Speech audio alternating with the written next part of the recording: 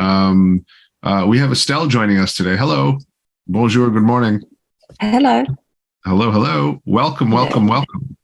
Thank you very much. We are here today. Estelle, tell us, first of all, where are you calling from for everyone that's joining us today? I am calling from Amsterdam. Okay. So I have a little cold, so this is why my voice is all squeaky. No problem. There might be, eventually, Mitch, there might be a Zoom filter for audio as well, right? They have all these filters. I use all these filters to make my skin complexion good. Maybe they'll fix stuff for audio as well, right? Everyone can sound like Morgan Freeman when they pitch their startup. There you go. That's the key. Yes. Like Morgan, you got the money. Yes, indeed. So, Mitch, I'm going to hand it back to you just to kind of kick this off. I have the timer ready. Mitch, I'm going to hand it off, and let's get the elevator pitch going. Okay. So, hi, Estelle. Good to meet you. I have a few minutes. I'm riding up. Can you jump in the elevator and tell me what StellarUp is doing? I'd love to learn more. Great. Yes. Nice to meet you, Rich. Hybrid working leads to fragmented teams and high turnover of staff. It slows down knowledge transfer and means sometimes culture can disappear. And this can cost staff cost spiraling and sometimes also company morale crashing. So StellarUp is a SaaS platform that prioritizes the moments that matter for employees. So with our platform, we facilitate improved onboarding, encourage effective knowledge transfer through mentoring and coaching, and offers both structured and unstructured learning opportunities. Most of all, we create employee communities so that staff truly feel part of something special. Since 2019, we've supported over 45 paying customers in 3 key customer verticals: innovation ecosystems, membership communities, and companies. And some of our key customers include accelerators such as ScalerNow, ScaleUp Nation, and Verhard. We've got communities such as the Elevator Foundation and Giving Back, and companies with PVH, Tommy Hilfiger, and Virtual Resource. We built our team based on attitude first, and by focusing on the people with passion for learning and combining them with expertise in their field. Our founding team bring over 40 years of startup and scale-up experience within the B2B SaaS space. And we've onboarded over 45 clients, and our current MRR is 12,000K. And our core product is done, and we're ready to scale. Great. Thank you very much. Are you're looking to raise capital? We've just raised 500,000 and closed yesterday. Oh, excellent. Congratulations. So technically not, but yeah. And tell me what your ask is. So what's your you didn't tell us why we were talking, essentially. Yeah. Well, my ask was going to be 500K, but since I've done that, I'm now not sure if that's sort of relevant or not. But I will be doing that again, I guess, at the end of the year. We'll be doing 1.5 at the end of the year. So what I would do is I would close on, we've just closed a $500,000 round. We're looking forward, and I'd love to keep in touch because our A round is coming up. I wouldn't tell them how much you need because you really don't know until you get there. Yeah. But now you have a company with recurring revenue. Yeah. And they've heard what you have to say, and that somebody else has put money in. They're already going to be interested, at least in order to understand a little bit more. Okay, so I close with that because I do have slides. That is on the problem with the slide is it doesn't work well in an elevator, and this really is that first conversational encounter. Whether it's it could be at a cocktail party or a networking event, or it could be at a coffee shop where somebody introduces you and you have a moment to explain this. And I do think your story arc worked well for me. There was a little bit of repetition. You mentioned 45 customers twice. And what I would have done is and there was a little bit too much detail about the client relationships. I would have just named 3 or 4 major brands and said, we're working with these companies. That's the validation. If they've made the decision they're working with you, you don't need to explain why they're working with you. Just that's your supporting information. So I think you start off with about the idea about hybrid work fragmenting and raising costs, putting morale at risk, That's great. I think you could have spent a little bit more on the moments that matter to employees. Paint a picture of how StellarUp engages them at onboarding and keeps them engaged with learning and skills development, or what an employee community enables for the organization. So you showed us a lot with a lot of detail, but it didn't really paint the picture of what your SaaS service does. Is it an embedded service I put on my site? Is it an internal service that I refer my employees to? A little bit of context so that you understand where you play the role of connector for the customer, I think would be helpful. Yeah. And so back away from the detail about specific things you're doing for Tommy Hilfiger, for instance, and just list those as the validation. And we're doing that for these brands, among others. So, I'm just making notes. No problem. Estelle, I mean, the pitch was good. Were you reading or you've memorized your pitch? Have you memorized? Memorized. Perfect. But, so I can tell you we're reading a little bit. I'm trying to not forget anything, but no problem. No. It was a good pitch. Just because you want to just keep your focus on the camera and focus on the individual. Estelle, I'll tell you where my brain was right while you were pitching. Okay. And then this is probably going to help you maybe adjust a little bit as you were pitching. I'm like, exactly to Mitch's point, where does this sit, right? Is this something that I can quickly add to Microsoft Teams and Slack, right? And then, from somebody that knows a little bit about Slack, especially Microsoft Teams, I know that they're also really, really keen on solving this hybrid work environment space, right? It seems to me that it's a big challenge, obviously, to maintain company morale and all the other things in a hybrid space. But I wanted to kind of understand, again, your methodology on how you've approached this and how you are getting the best results versus anyone else, right?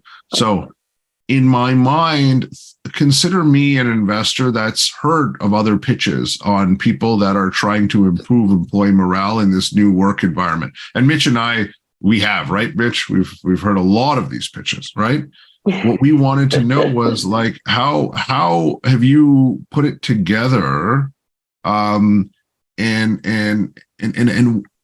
through that, how have you improved the employee morale? And then, you brought up some names. I wanted to know why they love you, right? Mm-hmm. Why does Hilfiger, Tommy Hilfiger as a brand, why do they love you? Why did they go to you, right? You know what I mean? Yeah.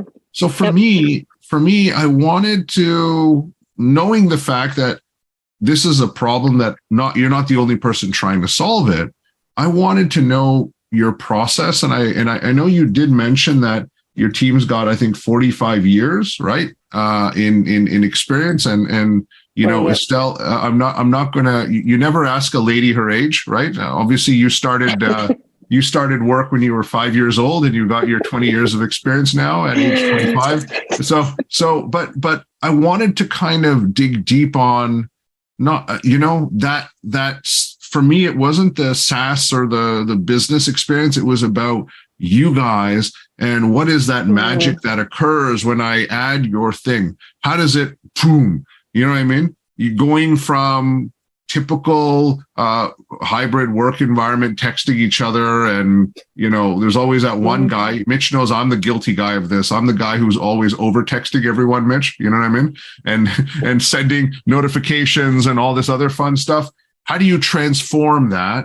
And what is the psychology and because that's what I wanted to know. I wanted to know your background and credentials and how you've mapped that against digital software, right? In order to create those results, right? And how is it defensible, maybe, right? These are the things that were going through my mind, Estelle, over the pitch. Okay. So I did mention that I've worked in the HR space for 25 years. That would be a good thing to include.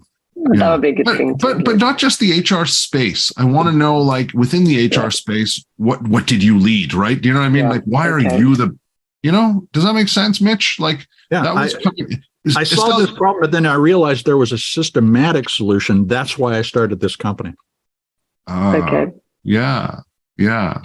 Estelle, does that make sense? Like, it does make sense. You got your seed funding in place. Congratulations.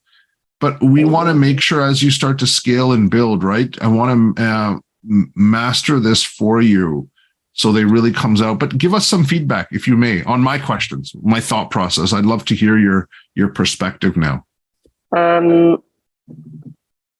Okay, so feedback. Let me just have a look at my notes here. Okay, so where we sit. So I don't mention that we're a white label solution. So we're and we integrate with core products, communication products like Slack and Teams. So we don't, it's not a replacement, it's work better with. So basically the integration happens between the two products. We're joining the Microsoft Marketplace as well. So that's where we're looking to improve on the communication piece. The difference is that let me have a look at your feedback again here on that particular point. No problem. I also don't actually mention the data piece, which is also very, very important. So collecting all the data analytics. So this is things that Slack, for instance, and Microsoft and Teams do not offer. So if you're looking at the Slack analytics and things like that, there's no analytics specifically around the engagement and how people connect, why they connect, what experience, what has led them to improve something in their career, or what elements have contributed to their growth or their promotion or whatever it is. So capturing the data is also really really important.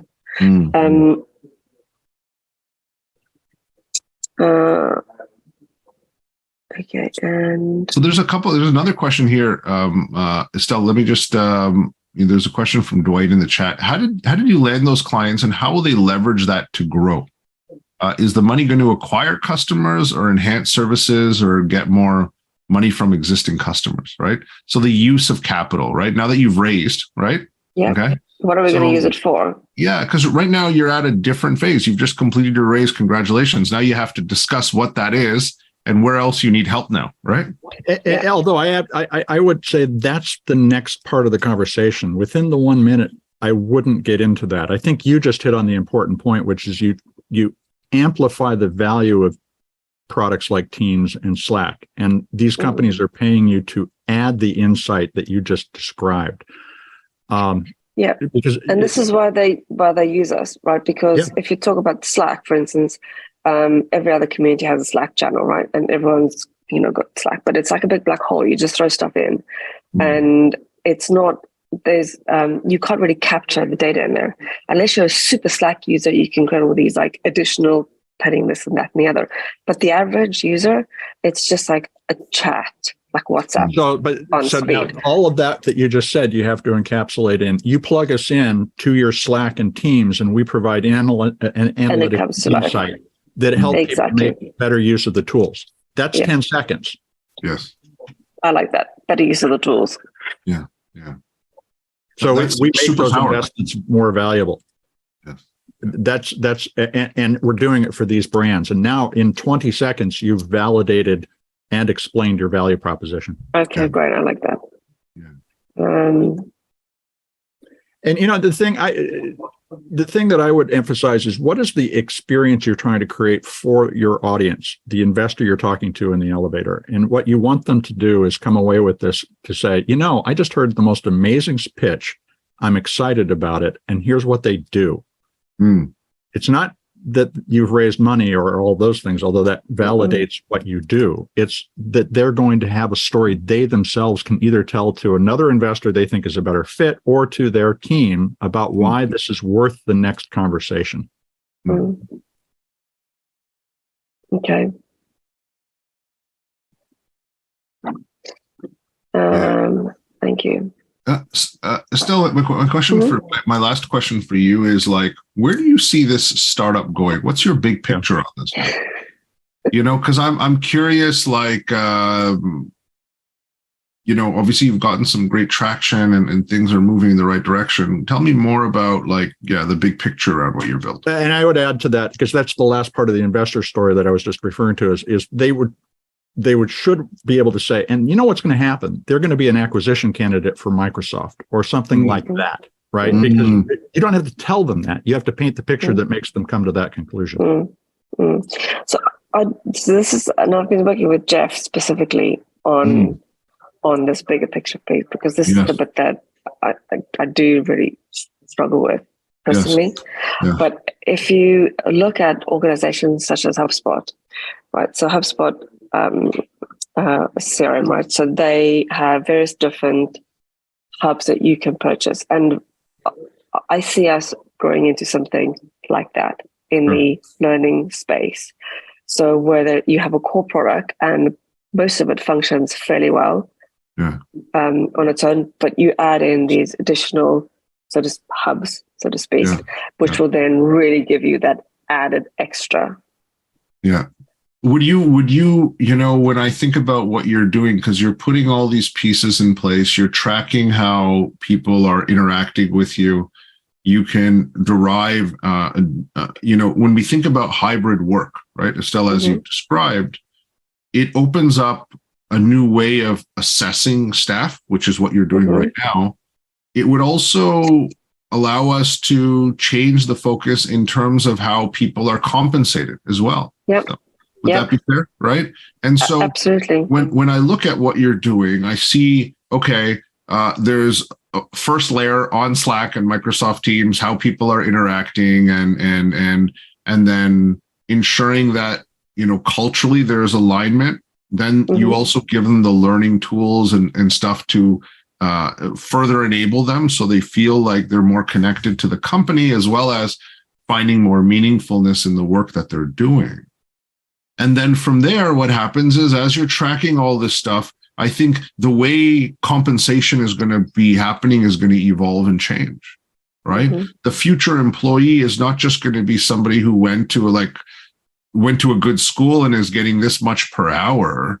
You might be the person that's going to transform and change. And, the amazing team players like Mitch, right? And Jeff, and they're going to be compensated higher on different metrics now, right? That metrics. And if you are the one that creates and owns and has those metrics in place, you can drive how compensation happens. Okay. And then if you drive how compensation happens, suddenly you have a direct line to the CFO, and you are now creating, these new level of teams that are going to transform business in general, right? So you have the HR, you have the finance, and then through that journey, you also have people, when people are happy and they're getting paid what they're worth, and all the things that you're doing are working right, Estelle?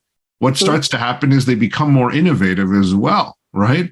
Your culture becomes accessible and responsive.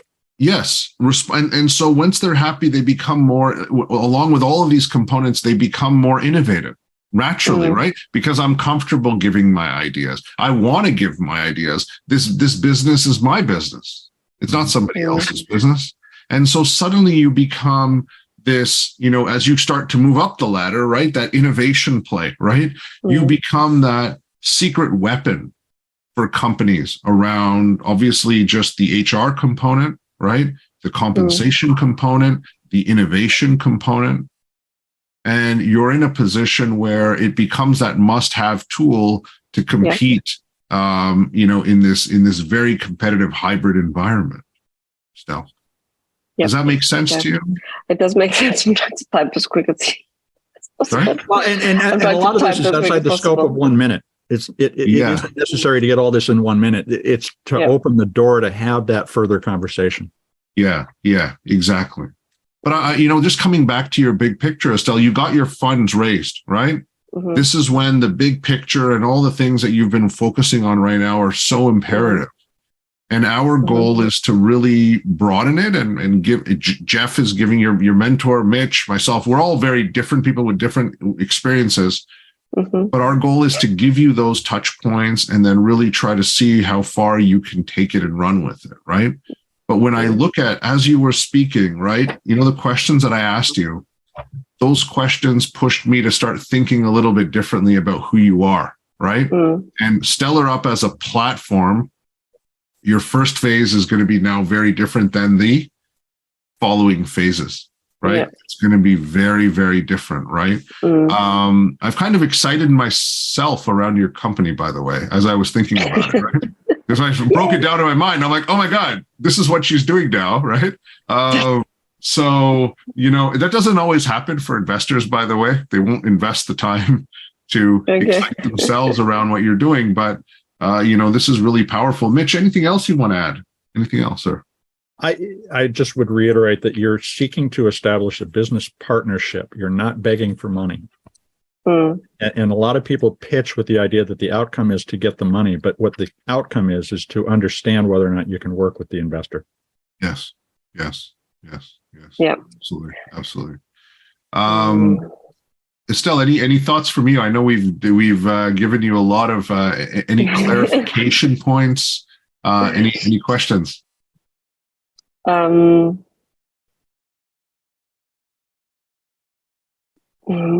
I think we're good. We're going to send you a recording. I apologize. I feel we kind of overwhelmed you a little bit, but that's all right. That's what we do. It's really good. We want to make sure we give you all of what's in our mind, how we're thinking.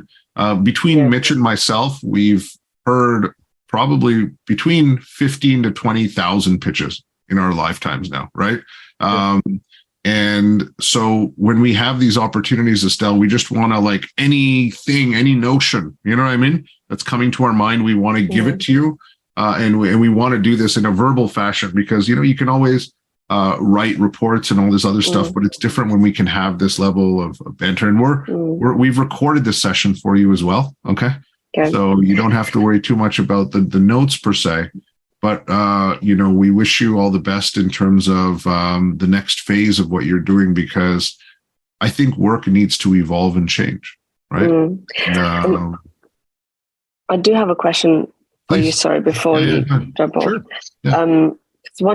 I've never had to do a 1-minute pitch. I've always had longer pitches, right? And I have my deck and everything. Yes. So this is the new experience for me.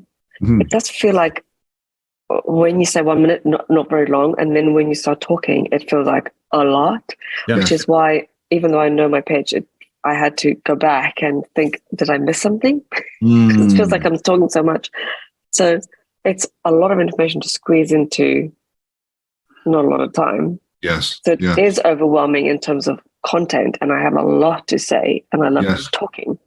Yes. So the hardest thing to do is to write a short letter, as Mark Twain once wrote, in much better language than I just rephrased it. But the point of this is to think about the recombinant elements of the story that you're going to tell. If you have a very short opportunity, like an elevator ride, what do you break this down to? A lot of what we talked about is what you would be able to have a conversation about in the next discussion. Your 1 minute work. Well, now I want to see your pitch. And then you can get into it. So don't worry about telling the entire story, just the highlights and the reason you're talking. Give them the next step and you'll be fine. Okay. Great. Yeah. And again, you'll have different, what Mitch said, you'll have different directions that people will go with, and you'll find that every pitch is different too. That's the other thing too. Just based on how it'll be a pitch to an individual rather than your pitch to everybody. Everybody. Exactly. All right. Well, thank you very much. Congratulations on your success to date. We look forward to being part of success.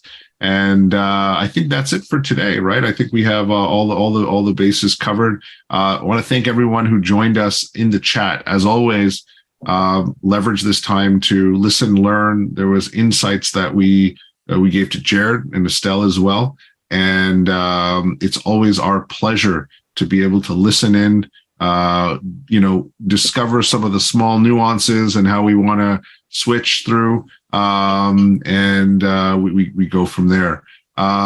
With that, we'll conclude our session. Jared, Mitch, there's a couple of questions in the chat for you. Yeah, I'm actually just and then from there we'll take it from there. Have a wonderful day, everyone.